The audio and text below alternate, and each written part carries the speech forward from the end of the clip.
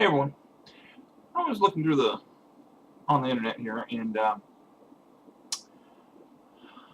trying to find the truth behind Jfk assassination. There's a lot of them out there trying to find different ones. Now I think this one's kind of more truth through what's behind the truth. Now John F. Kennedy was far from perfect in his personal life. Um, some of the decisions he made as president, however, unlike most presidents, he had some good ideas and had plans to enact them. For example, he had plans to abolish the Federal Reserve System, which prints worthless money backed by nothing and charged interest on it, making us a debt nation in the group international bankers. Now, he wanted the United States notes, and he signed a presidential document calling Exclusive Order 11110 on June 4th, 1963. And this gives JFK and the United States President a legal clearance to create true money that would belong to the people and eliminate Federal Reserve Bank and their false money. Now, Kennedy already had begun issuing United States government money that was free of debt to replace the Federal Reserve's dollar, and we have been using a number of Kennedy bills. Now, I didn't know about that. This is something new. Now, we were indeed issued with the heading United States Note instead of the Federal Reserve Note, but quickly withdrawn after Kennedy's death.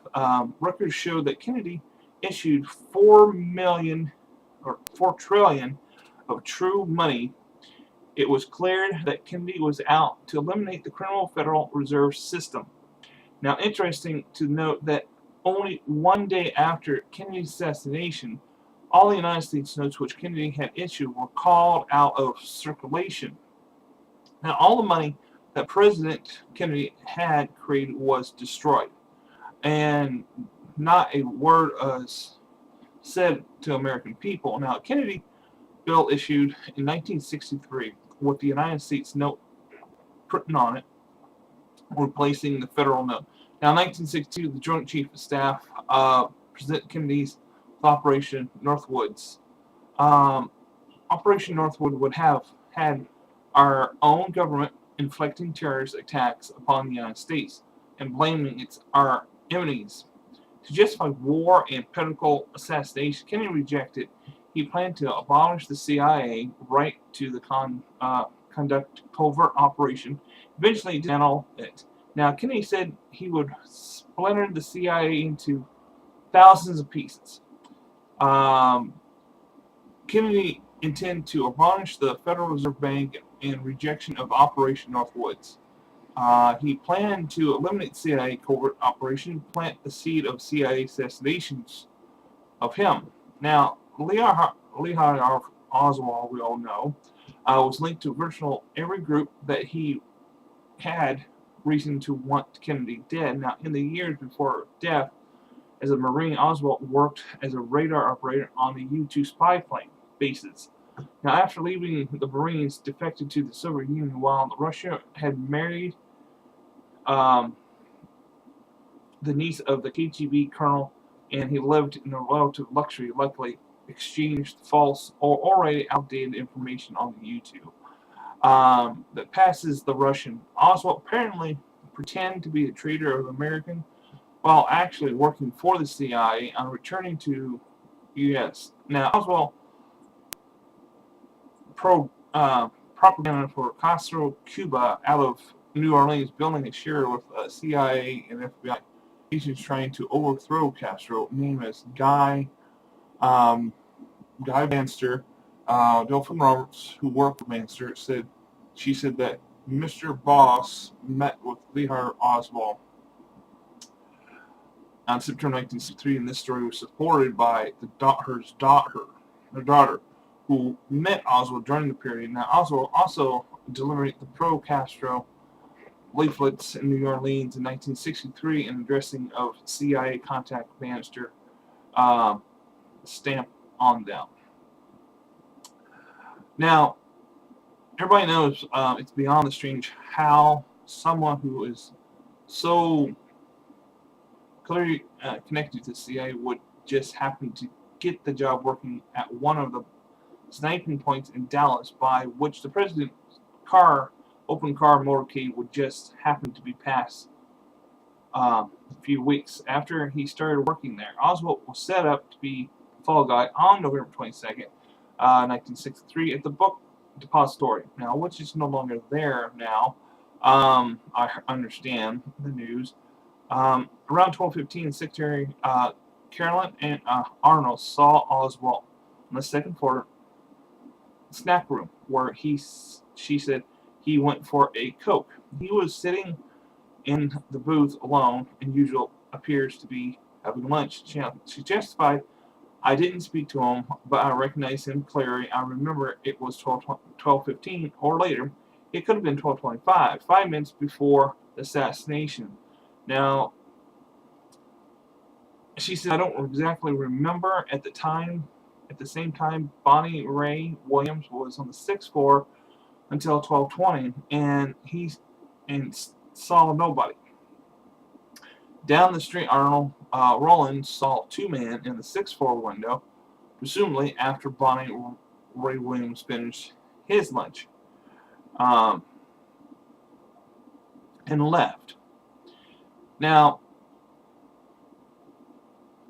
after all this is done, a witness official party line would have us to believe that after firing 3 bolt action shots in 6 seconds, Oswald lapped 3 cartridges neatly side by side in the firing nest. Now that couldn't. He would have to be in a rush. He wouldn't be able to sit those 3 firing rounds on perfectly on the floor. It would be scattered. Somebody else would have been up there watching him to make sure he did his job. But I think somebody else shot him instead of Oswald. Oswald was a good shot, but he wasn't not a neat person during that time. So it's kind of strange. Now, like he says, now the patrol Baker, within 90 seconds of the shot, the president was he out of the breath. According to Baker, aptly not was Oswald as a patsy. He also claimed that most certainly whatever he can say as Oswald, one of the certain things he either knowingly or unknowingly as a pawn for the responsible assassination of Kennedy.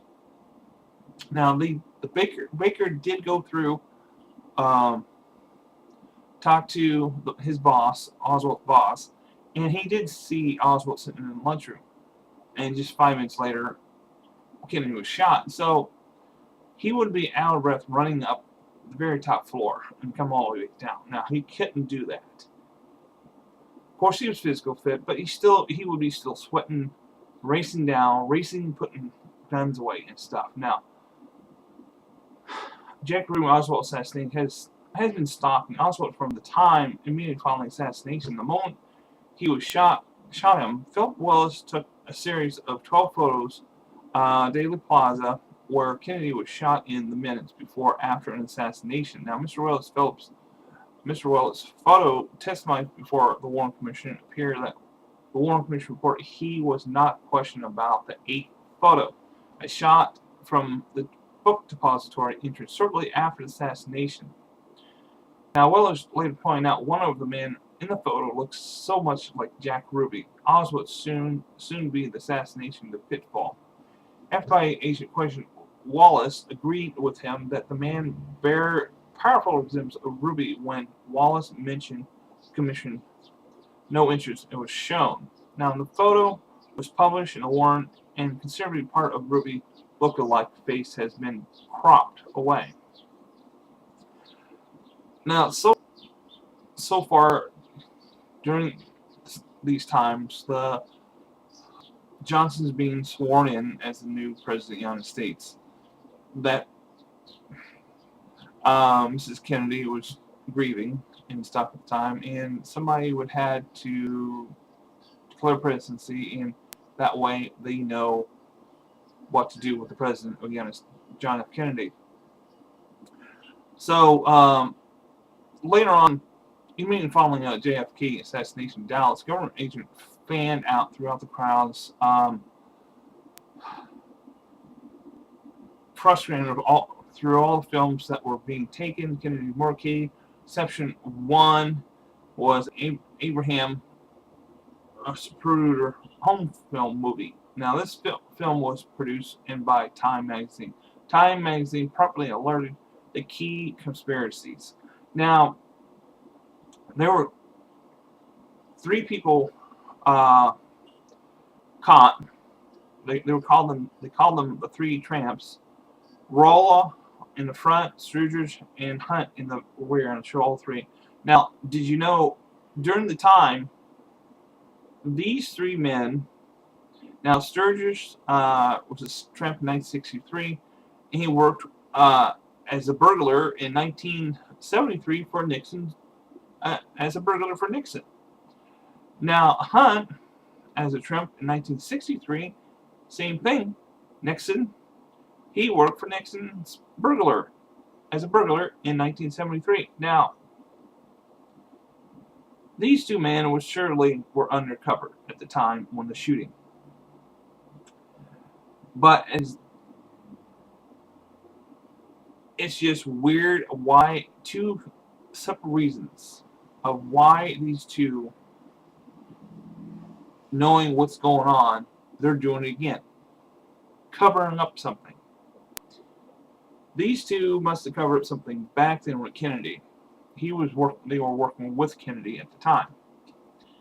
So why?